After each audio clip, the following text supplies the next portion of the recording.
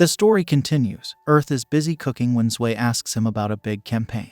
Earth simply says it's significant news. One of Sway's guild members is confused. Earth explains that there are 3 other games that use the VR system: a fighting game, a first-person shooter, and a mecha game. Each game has its own VR helmets. The companies decided to work together to create a universal VR helmet for all games. They planned a big campaign, giving players coupons for 15 days of free access. This campaign coincides with the release of the Fairy Kingdom patch. Sway thinks this will bring more players to the game. He tries to steal some steak, but Earth stops him, saying it's meant to be sold. Earth then gives Nora the authority to discipline everyone, but she ends up abusing her power. Sway's guild members discuss guild recruitment and ask if Earth's group will do the same. Nora suggests it's time for them to become a mid-sized guild. However, they realize they need to train Eliza first to avoid causing trouble for new players. Sway tries to recruit Earth, but he firmly declines, saying he just wants to play for fun and has secrets that players shouldn't discover. While everyone knows about the Queen, they don't know about her sister. Rue appears, asking if Earth is preparing a new menu. Trying to steal it, she gets a smack on the head from Earth, who plans to sell the menu. Nora is confused and asks about Rue's identity, but the question is ignored. Ryu complains about holding back when there's delicious food. A fight breaks out between Earth and Ryu because he thinks she eats too much. Sway's guild is confused, as they haven't seen someone dressed like Ryu in the game. They claim Ryu doesn't look like a fairy. The tank dude wonders if Earth will stop attracting every girl, despite already having the Queen. Sway takes this opportunity to grumble about how Earth is so popular, but both of them end up getting a smack. Earth explains that he wishes he wasn't so well-liked because he's spending a lot of money just to feed Ryu. However, Sway's guild doesn't pay much attention and believes that Earth and Ryu are very close. Ryu then surprises everyone by saying that only Earth is allowed to call her by that name. This revelation shocks everyone, but Sway tries to threaten Earth by saying he'll post it on the game forum.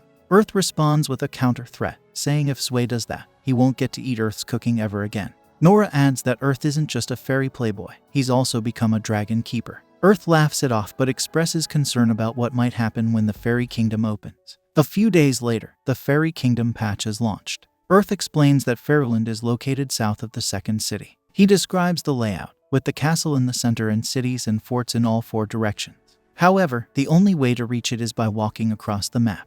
Earth follows a group of people and reaches the northern fortress. He observes the massive walls, but the line to get inside is even longer. While waiting, a man approaches Earth and asks him to check his ring. Earth speculates that this ring might grant him some kind of permission. He shows the ring, and the man confirms it's the Fairy Queen's ring. After verifying Earth's identity, the man asks him to follow. Earth is bewildered, but the man explains that the Fairy Queen ordered him to bring Earth to her immediately. Earth becomes even more confused, but the man instructs his men to fetch something. The players in the queue stare at Earth, thinking it's some kind of special event. Earth closes his eyes, hoping to escape the attention. When he opens his eyes, he sees a massive blue ball in front of him. The ball transforms into a bird and gazes at him.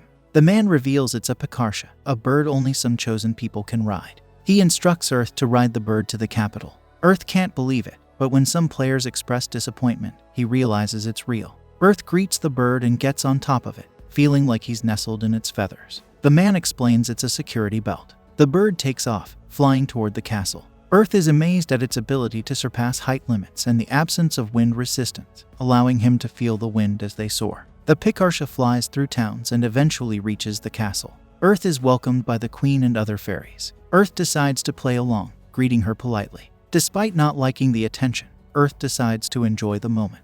In the throne room, he expresses gratitude for the reception but suggests it was a bit much. The Fairy Queen explains she wanted to show her citizens that he was in the country, as there were rumors that she would keep him to herself. Although Earth knows it's not a rumor, she approaches him, making him uncomfortable. She seems to sense his thoughts and threatens him. However, she quickly turns sweet and asks if she should keep him right then.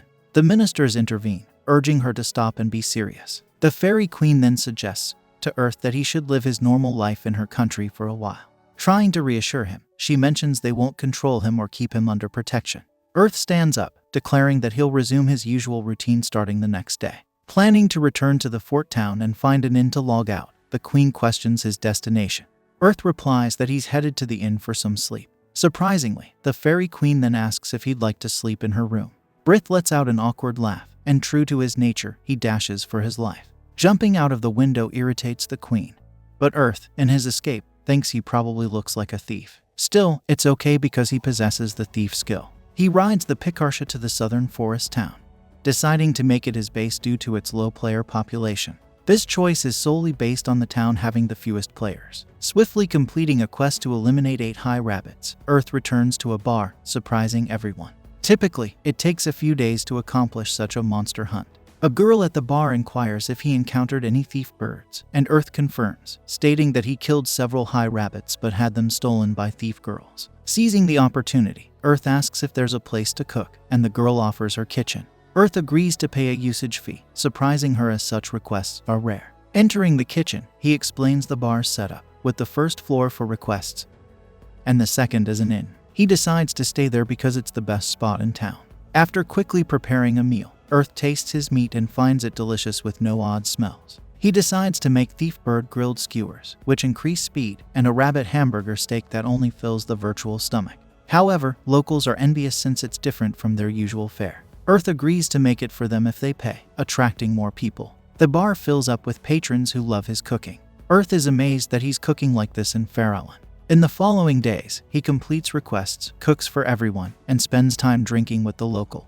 Suddenly, someone arrives at the bar, urging Earth to hide. Perplexed, everyone wonders what's happening, and the girl explains that the fortress chief's daughter is on her way. She instructs Earth to hide under the balcony. Shortly after, the fortress chief's daughter arrives, expressing interest in Earth, the cook. She wants to hire him as a chef. Earth thinks she's trying to take advantage of him. The bar girl apologizes and fibs, claiming Earth has already left. However, the daughter doesn't buy it, insisting that hiding him won't end well and that he should be honored to work for her. The bar girl lies again, saying Earth went on an urgent request to another city. The confrontation concludes, but the daughter orders her men to gather information, expressing disappointment that Earth left town without serving her food. She wants to capture Earth, leaving everyone stunned by her foolishness. The bar girl apologizes to Earth, as she didn't expect the daughter to have her eyes on him. Earth becomes perplexed and asks the bar girl if she knows who he is. Confirming that she does, the bar girl reveals that the queen informed them about Earth but instructed them to pretend they didn't know him to ensure his safety.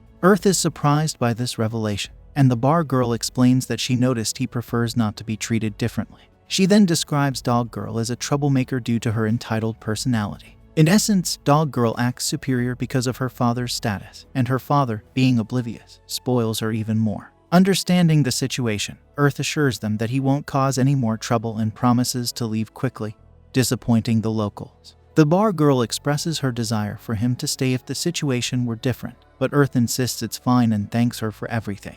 Despite the circumstances, he's happy to have had fun with everyone, especially receiving compliments for his food. Waiting until darkness falls, Earth wears a cloak and heads to the fort gates. Trying to be stealthy, he approaches the guards, but they recognize him as Earth. Surprised that he was discovered so quickly, the guard explains that he knows about Earth's situation and that they are fed up with Dog Girl.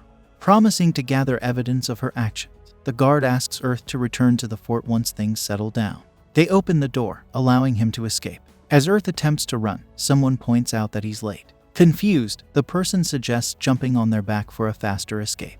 To Earth's surprise, the person is a bear who enjoyed his cooking and wants to thank him by taking him to the southern city. Earth jumps on the bear's back, and they begin running. Hours later, the fairy queen receives a report. She learns that Dogface from the southern fortress exploited a human adventurer. Furious, the fairy queen insists that such actions must stop as they've been trying to build a positive relationship with humans. However, she can't believe it when told that the adventurer in question is Earth. This brings an end to our episode. Please view the upcoming video. I'll catch you in the next one.